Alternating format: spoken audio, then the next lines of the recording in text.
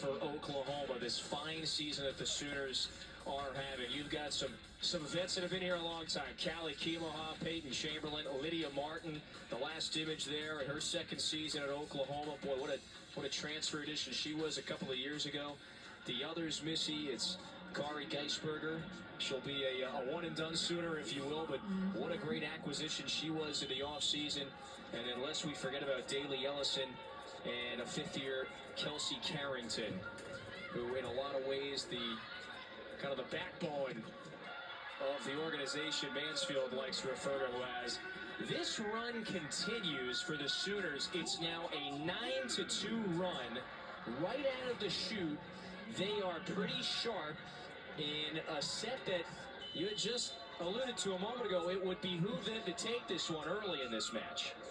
Yeah, and already now they've recorded 3 blocks early in this first set. Just an incredible defense up at the net for the Sooners to get on the board here early. I think it's interesting. You never really know how the emotions of senior day are going to impact a match.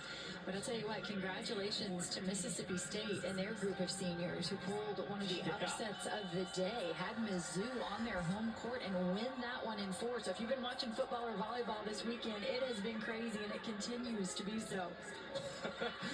Upsets everywhere, if you will. Yes. I mean, the SEC, you just never know. Oh, wow, nice little touch shot there, although was it long and wide of that white chalk line? A rather paint line, I should say. Good idea here from Treves. Where does it land? They knew exactly where they were going. Original decision, ball out. Point Oklahoma. Auburn is challenging that the ball was in.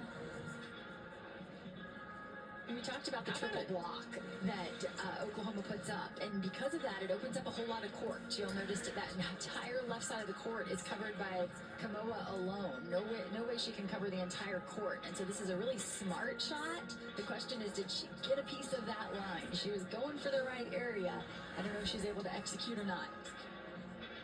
Is it right? Boy, on that look, did that volleyball just glance a smidge of the edge of the white? From that angle, we might have had something there. We need something definitive, of course, because the ruling is that right there, the ball was out. With the Hawkeye system in play, this is one that as a coach I wouldn't hesitate to throw that challenge card down, because we typically have a really good look, or at least the officials have a really good look at the line. It's the touch call that is so hard to see, even with the cameras. But this one I think they'll get a good look at. Let's see what Hawkeye shows us. After review, the ball was in, call is reversed, point Auburn, and they keep their challenge.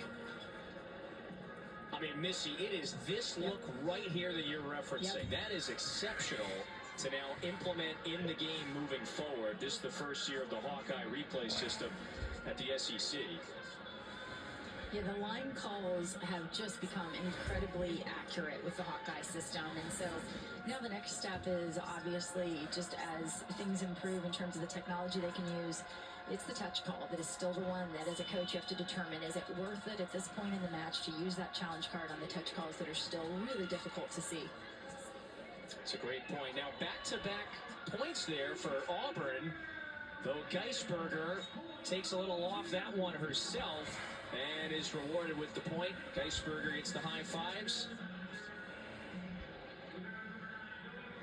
Nice tip shot right over the block. Doesn't give that away. Oftentimes you'll see attackers drop their elbow when they're going to go to use the off speed, but Geisberger stays high, gets on top of that ball, and quickly to the floor.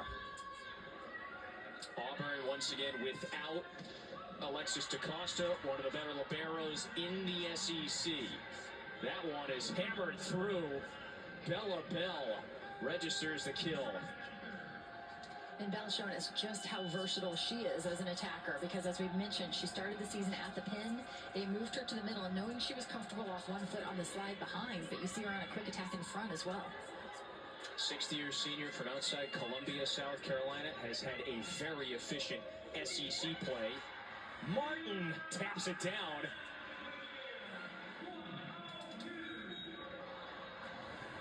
Nice job here by Oklahoma. of just making smart plays, not trying to do too much with the ball, trusting their defense, and I think they have every reason to with the way that they're blocking, because right now this is not a high efficiency game. Oklahoma hitting just under 100, but Auburn's in negative numbers. So extend the rally, trust your defense. That is how Oklahoma is winning this one. Here's Sydney Thompson, comes in to serve, specialist at the line this year, 11 aces. That one's handled by Dreves. Back row swing. Shear couldn't convert. Martin pounds it off the block. An emphatic swing. And Oklahoma keeps this 4, 5, 6 point advantage over Auburn. Timeout, Tigers.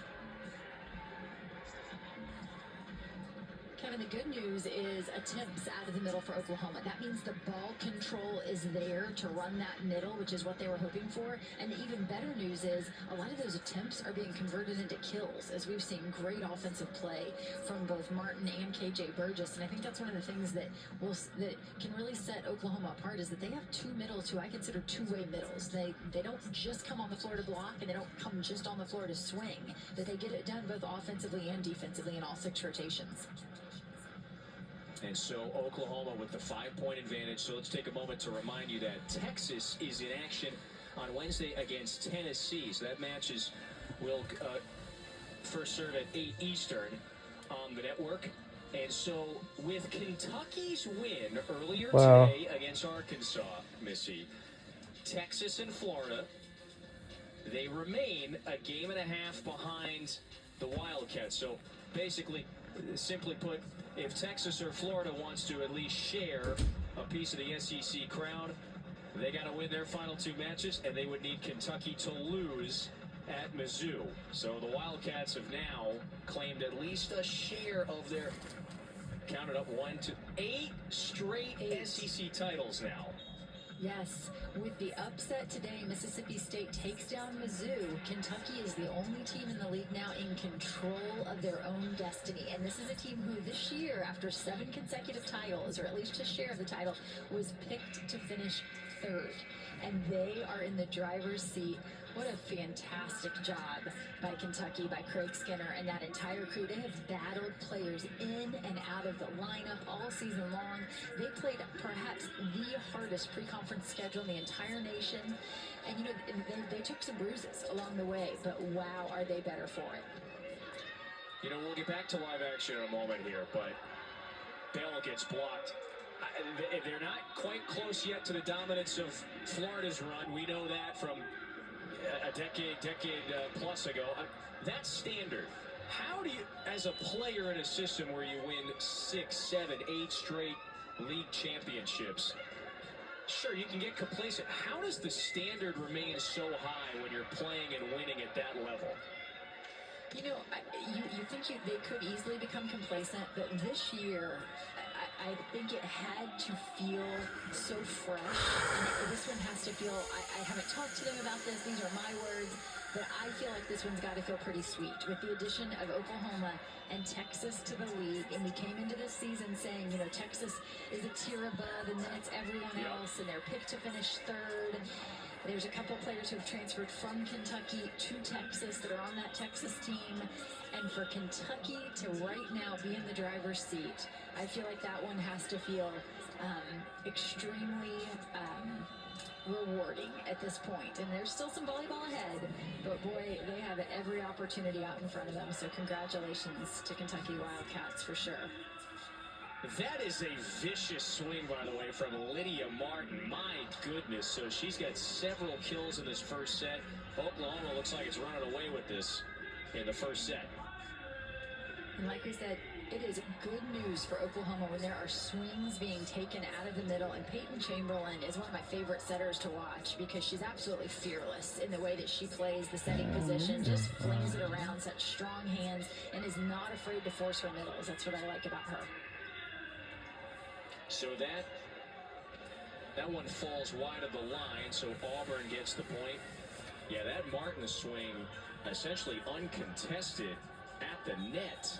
She was able to tee off on it. Oklahoma by 6. Again, we played at 25. You must win by 2. And also we have the band, and we also have some cheerleaders as well. First team to three-set winners wins the match. Gibson with the fortuitous point, although not so fast did she touch the net. The initial call is that Auburn is awarded the point. And this is something Oklahoma likes to do out of system, is hang a high, tight ball up at the net and rely on the athleticism of their pins to go up and get it, which they're quite capable of, but that time she does get a little piece of the net there and quickly makes up for it with a big swing from the left side, and we'll get that point right back. Camille Gibson. Gets it right back. That's got to sit in the back of a setter's mind. You know, hey, let's go right back to someone who thought she had one a moment ago. Oh, yes, that is a smart decision by Peyton Chamberlain. How about 12 assists for Chamberlain, to your point? That is above her season average.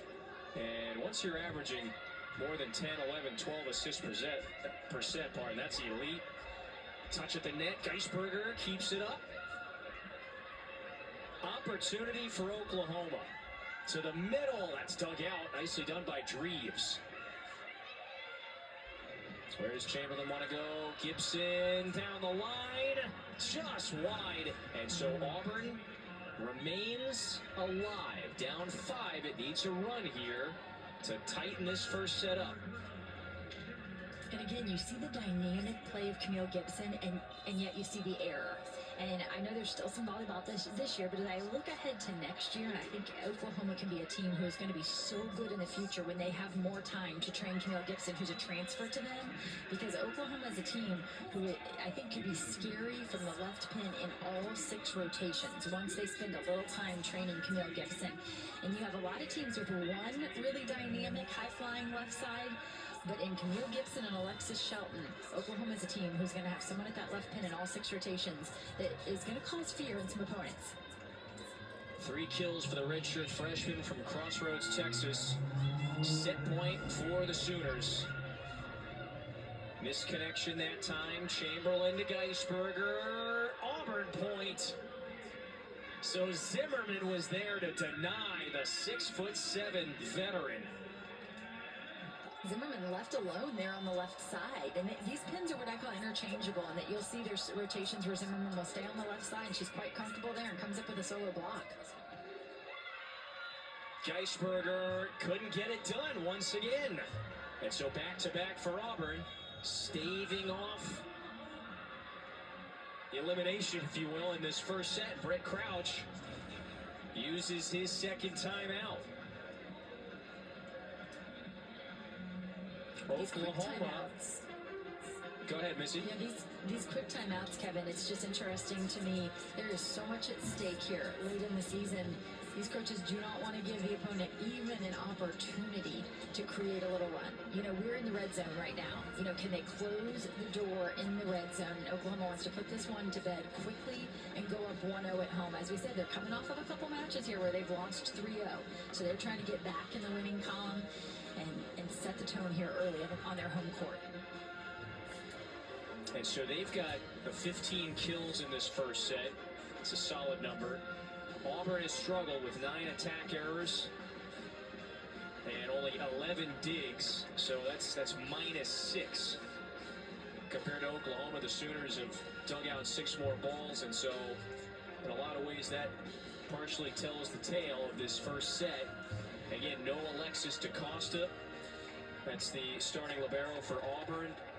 Top 10 of the league in digs per set. And so Oklahoma right on the verge here of winning this first set.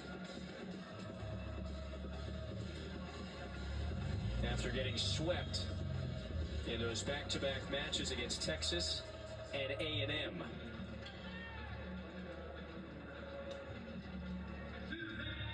Yeah, to your point, Significant. Yeah, Kevin, I was going to say, to your point, the 15 kills combined with 6.5 blocks. Oklahoma has scored nearly 22 points. That's an incredible number. Typically, your opponent is giving you 6 or 7 errors over the course of the set. But Oklahoma's gone out and taken this one and add another kill to that. It's a great performance in set 1 by the Sooners.